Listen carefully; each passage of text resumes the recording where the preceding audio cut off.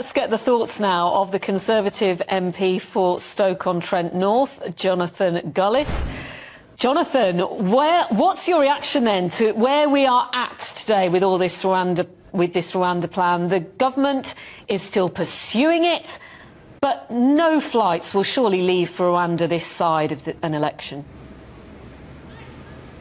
Well, look, I share the disappointment, as I'm sure with many GB News viewers, about the fact that the Supreme Court has ruled against the Rwanda policy. However, we have to respect the Supreme Court in its judgment, even if we don't like it. But I don't think the Plan B that's been presented by the government, this idea of upgrading our Memorandum of Understanding into a treaty, is simply good enough. It doesn't go far enough. The Supreme Court themselves laid out all the different types of international treaties and conventions that we're signed up to that are acting as a blocker for us to be able to get these fights off the ground.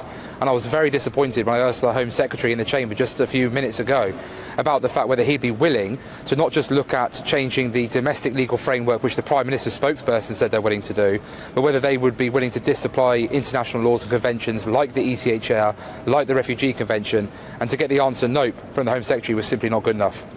It's fascinating you mentioned there that this goes beyond the ECHR, as of course the Supreme Court mentioned in their ruling. How likely is it for the government to look at every single international treaty the United Kingdom has, every single obligation? There are potentially dozens of these agreements. To disapply parts of them all would seem perhaps a tad ambitious. Well, look, if you introduced a notwithstanding bill, something that Bill Cash has been advocating for an awful long period of time, something that myself and Danny Kruger put forward actually as an amendment to the illegal migration bill before it became an act of law, the government obviously didn't want to agree to it then. We think that that could be introduced and something we could get through the House quite speedily. We've seen the government get legislation through in a couple of days when it's wanted to. So this is an idea that I think that should certainly be on the table and explored. And look, I think we've got the judgment from the Supreme Court that does, as you say, Tom, outline the different conventions and treaties which are obstacles to us being able to take back control of our borders. And essentially, if we don't do that, if we don't go as far as we need to go to deliver on this important pledge from the Prime Minister, the Conservative Party will reap what it sows at the ballot box of the next general election.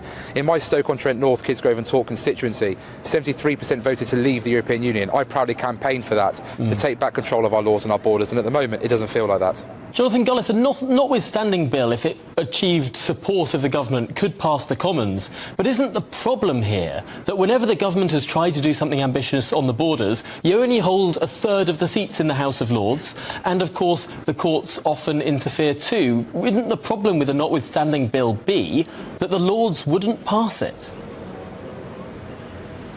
Well, look, you could obviously put something onto it, which means that we could basically bypass, essentially, the House of Lords. But now we've obviously got our Foreign Secretary in the House of Lords, someone who I'm sure will proudly advocate for the government's agenda in there, as well as obviously looking to keep our relations around the world. And I hope that he would be able to provide the masterstroke that is needed to get it through the laws quickly, using all those years' experience that he's rightly pointed out that he has, both as the Prime Minister, as a leader of the Conservative Party, and now soon to be a peer of the House of Lords.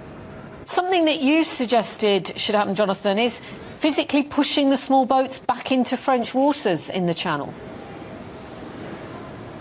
Well, yes, look, under the Nationality and Borders Act, the former Home Secretary, Priti Patel, enabled the ability to push back, something the Australians use very successfully, which is nudging boats back into French territorial waters and actually demanding the French pick those people up and take them back to French shores. It is completely unacceptable that it's constantly British vessels going deep into French territorial waters to help people who are illegally trying to enter our country, who have chosen to put themselves in a very dangerous vessel, when actually the French are just standing by watching the boat and not doing anything about it themselves.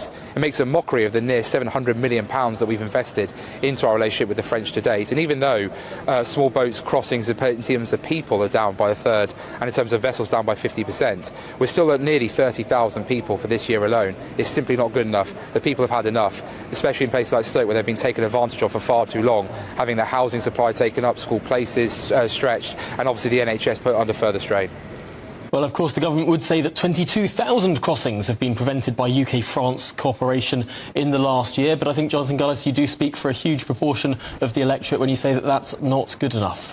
We thank you for your time here on GB News this afternoon. I'm not sure there'd be the capability to actually physically push back all the boats? I know the government often says that there's not international water between the UK and France, which is the difference between the Australia parallel, where there was international water. But of course, there are those who argue that it is entirely possible too.